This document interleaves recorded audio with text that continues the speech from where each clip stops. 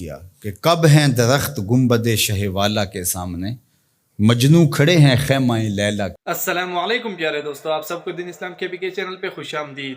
امید کرتا ہوں آپ سب خیریت سے ہوں گے۔ چلے شروع کرتے ہیں آج کی ویڈیو۔ امام شافعی کہتے ہیں جب میں امام مالک کے پاس پڑھنے گیا تو ان کی ایک ہی ادا مجھے کھا گئی اور میں نے کہا نوکری کروں گا ساری زندگی شخص کی۔ محدث جب روایت کرتے ہیں تو سند کو جب صحابی تک لے جاتے ہیں اور پھر صحابی کہتے ہیں کالا رسول اللہ صلی اللہ علیہ وسلم کہ حضور علیہ السلام نے فرمایا، اللہ اکبر۔ تو امام مالک جب حضور علیہ السلام کی حدیث بیان کرتے تو حضور کے روضے کی طرف اشارہ کر کے کہتے اس قبر منور کے مکین کا یہ فرمان، اس بقعہ نور کے باسی نے یہ کہا ہے۔ تو کہتے ہیں کہ جب اشارہ کرتے تو کیا وہ کیفیت ہوتی، اللہ اکبر۔ تو یہ عقیدتوں کے رنگ ہیں۔ حضرت سعید عبد المسیب لیٹے ہوئے ہیں، بیمار ہیں، اٹھنا مشکل ہو رہا ہے، کوئی آیا اور حضور کا فرمان پوچھا، حضور کی حدیث سننا چاہتا ہوں، میں اقعدونی، مجھے اٹھا کے بٹھا دو۔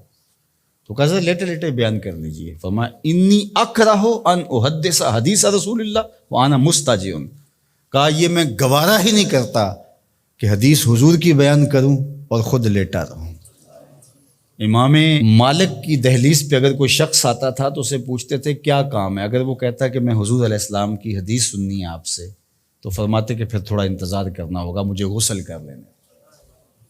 غسل کرتے، خوشبو لگاتے، تخت بچھ جاتا، بخور سلگھا دیا جاتا، پھر اس کو بٹھاتے اپنے سامنے، کہا اب پوچھو میں تمہیں حضور کا فرمان سنا۔ یہ اہتمام ہے حضور کی حدیث کی روایت کا۔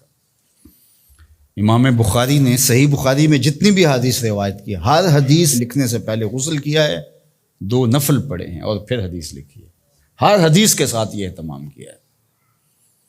آج تو بے ادبی ہمارے رویوں میں آ گئی ہے۔ وہ ایک زمانہ تھا کہ ایک شاعر حضور کے روضہ انور پہ گیا تو پرانی مسجد نبوی کی تصویریں آج کل تو دستیاب ہیں، آپ اس کو دیکھ سکتے ہیں۔ 2 کھجوریں تھیں گنبد خضرا کے ساتھ، تو اس شاعر نے 2 کھجوروں کو حضور کے روضہ انور کے سامنے کھڑے ہوئے دیکھا تو اس نے اپنے انداز سے نظم کیا کہ کب ہیں درخت گنبد شہ والا کے سامنے، مجنو کھڑے ہیں خیمہ لیلا کے سامنے۔ لوگوں نے کہا کمال کر دیا، کیسا تخیل پیش کیا۔ تو اگرچہ استعارتاً استعمال کیا کہ جس طرح لیلا کے خیمے کے آگے مجنو کھڑے ہوتے ہیں، یہاں حضور کے روضے کے سامنے یہ 2 کھجور کے درخت کھڑے۔ تو ان دنوں میں اعلیٰ حضرت امام اہل محبت امام شاہ احمد رضا خان فاضل بریلوی بھی وہاں موجود تھے۔ تو کسی نے جا کے ان کو یہ شعر سنایا تو آپ کی رگے غیرت اور رگے حمیت بھڑک اٹھی۔ آپ نے فرمایا اس کو بلایا گیا، کہا کہ تیری جرت کیسے ہوئی کہ میرے رسول کے روضے کو لیلا کے خیمے سے تشبیہ دے۔